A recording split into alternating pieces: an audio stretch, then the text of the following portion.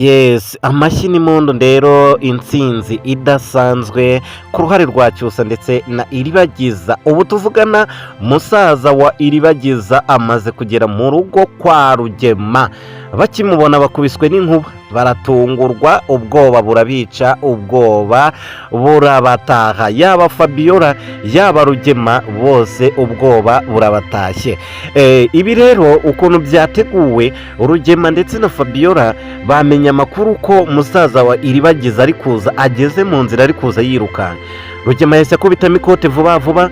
Iribagiza yari ari mu rugo ariko we ntacyo azi ku bijyanye na musaza we. Rugema rero yahise yambara ikote, Fabiola nawe arambara, biteguye gucika ngo bahunge bajye hanze y'igihugu, musaza wa Iribagiza agere muri runo rugo batagihari. Basohotse rero bageze ku nkingi y'inzu neza nk'uko muri kubibona, nibwo bakubitanye na musaza wa Iribagiza. Musaza we nta mikino afite, dore ukuntu byagenze rero. Musaza wa Iribagiza mbere na mbere akigera hano yabanje kujya kwa mama Cyusa, ahari wa mukobwa bita Isimbi. Akihagera yatangiye gusangira na mama Cyusa, baraganira bamarana umwanya bari mu kiganiro. Bivuze ko uyu mubyeyi mama Cyusa yamubwiye amakuru yose ya Iribagiza, ndetse amubwira byose kuri Iribagiza, amubwira byose kuri uriya muryango. Uyu musore arabanza amekinga shuwa neza amakuru yose mbere yo kujya kwa Rugema. Ibingibi uri kubona nibyo byabanje. Nkwibutse ko muzabibona muri episode ya 50 ku munsi w'ejo. Rero yamaze gutara amakuru, murabona ko ni umupolisi udafite imikino, ni umupolisi warakaye cyane. Fabiola rero nawe inkuru yahise imugeraho igitaraganya ko musaza wa Iribagiza amaze kugera ahangaha mu mujyi wa Kigali ndetse ari kwa Rugema. Ubwo ni ukuvuga ko akigera hano kwa Nkubito, uwo bita Isimbi yahise ahamagara igitaraganya amenyesha amakuru iwabo, amenyesha amakuru Rugema, amubwira yuko uwo bita musaza wa Iribagiza ahageze. None ahangaha tuvugana niko guhita rero Fabiola agira ubwoba, ahamagara Rugema igitaraganya, aramubwira ati katubayeho, bya bintu twirindaga biranze bitubayeho, isi iturangiriyeho n'ubwoba bwinshi cyane. Ako kanya rero uyu musore nawe ku rundi ruhande yakomeje kuganiriza uwo bita Isimbi ari kumwe na mama Cyusa. Bamuhamagaye aza hanze, baramubwira ati ngwino. Bakomeza kugenda bamuganiriza, yicishwa ku ruhande yijijisha. Ariko uyu musore w'umupolisi ijisho rye ngira ngo muri kuribona, ni umusore utoroshye, ni umusore washyizeho ibitatuwaje. Mbere yuko ajya muri polisi ubanza yari ikirara gikomeye cyane. Urabona ko aje yarahumuye, cyangwa se kubera ko muri polisi ibintu bya tatuwaje batabyemera. Birashoboka yuko mbere yuko agera hano kwa Cyusa yabanje kwicishaho kano gatatuwaje kugira ngo aze akanganye n'ijisho rye rimeze nabi. Rero yatoteje kano gakobwa, akomeza kukaganiriza anakareba cyane kugira ngo arebe ibinyoma byako. Mwibutse ko Cyusa nawe aka kanya nibwo yari amaze kuza gucikana Iribagiza. Bari bamaze gusohoka mu nzu yo kwa Rugema bateganya gucika bakajya aho Cyusa yakodesheje inzu yo gutuzamo Iribagiza, nk'uko mwari mwarabisabye muri benshi ejo basabye ko Cyusa yakodesha inzu kure maze akazacikana na Iribagiza mu buryo abandi batazi,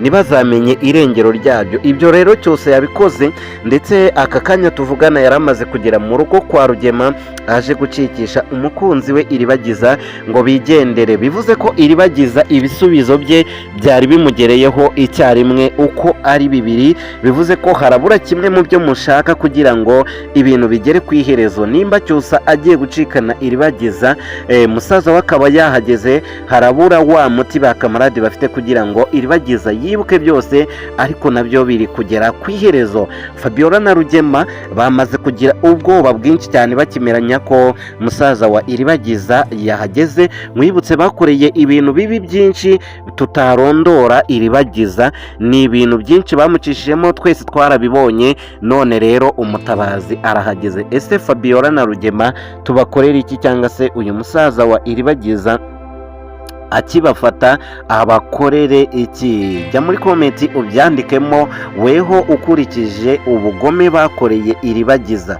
kuva kera, kuva filime igitangiye, ngira ngo mwagiye mubibona, ndetse no mu nkuru y'urukundo rwabo ngenda ngaruramo amashusho y'ibyo bakoze. weho ukurikije ibyo wabonye uyu musaza wa Iribagiza abakorere iki? Ahangaha ku rundi ruhande rero biri kugenda bisubirwamo, ba Frank nabo bari gukomeza kugenda bafatirwa mu ngeso zabo mbi. ngira ngo ibi byose biri kuba musaza wa Iribagiza arimo arabibona, arimo aritegura neza kugira icyo akorera uyu muryango. Ibitekerezo ni ibyanyu rero nk'abafana, mwaho byabababaje ibyo bagiye bakorera Iribagiza bikabababaza bikabatera agahinda. ni igihe kirageze, n'isaha ni iyi ngiyi kugira ngo mubashe namwe kwihorera, kugira ngo ibyo wumva weho mu mutima wawe wakabaye ukorera bano bagabo cyangwa se aba bagore Fabiola, Mukanambara ndetse na Rugema, ibyo wumva weho wakabaye ubakorera bitwandikire muri comment kugira ngo n'uyu musaza wa Iribagiza abe ari byo abakorera. bivuze ngo buri wese wafanaga Iribagiza ndetse na Cyusa ukurikije ibyo bano bagabo bakoze, ibyo wumva weho ubaye uri wowe uri umupolisi cyangwa se ufite imbaraga zo kwihorera, ibyo wumva wakabakoreye uba ari byo wandika muri comment. ibyo ngibyo biraza gufasha musaza wa Cyusa wa Iribagiza kwihorera neza akurikije ibitekerezo n'inama zanyu muraba mwagiye mumugira muri comment. tangira wandike muri comment kugira ngo ku munsi w'ejo kuwa mbere saa 5 zuzuye muzabibone ibintu ari byiza cyane.